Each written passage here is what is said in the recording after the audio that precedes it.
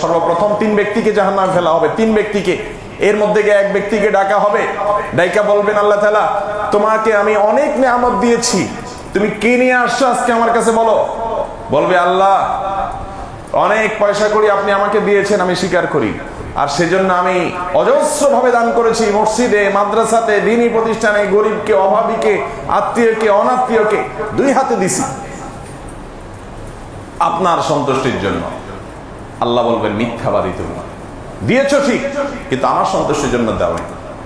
তুমি দিয়েছো এই জন্য যে সবাই তোমাকে একটু রেসপেক্ট করবে, সম্মান করবে, ভোট দিবে, তোমাকে স্বীকৃতি দিবে, আর যে জন্য করেছো সেটা দুনিয়াতে পেয়ে গেছো, আজকে আমার কাছে তোমার জন্য কিছু নাই, জাহান্নামে নিক্ষেপ করো তাকে। ভাইরা আমার, দানশীলকে দিয়ে, দানবীরকে দিয়ে জাহান্নামের উদ্বোধন। এরপরে আরেক লোককে ডাকা হবে, ডেকে বলা হবে যে তুমি কি করেছো? সে বলবে, আল্লাহ আপনি আমাকে কোরআনের ইলম দিয়েছেন, আমি কোরআন তেলাওয়াত করে মানুষকে শুনিয়েছি, কোরআনের কথা বলেছি।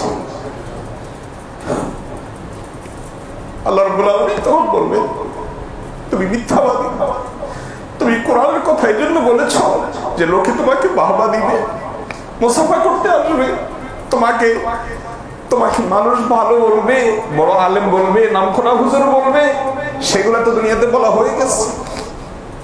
আজ আমার কাছে তোমার জন্য কিচ্ছু জমা নেই, তাকে জাহান্নামে নিক্ষেপ করো।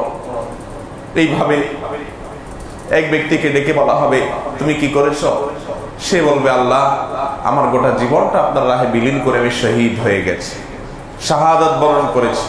আল্লাহ বলবেন, না, তুমি শহীদ হয়েছো, জিহাদ করেছো মানুষের কাছে বাহবা পাওয়ার জন্য, সেটা হয়ে গেছে পাওয়া, আজ তোমার ঠিকানা জাহান্নাম।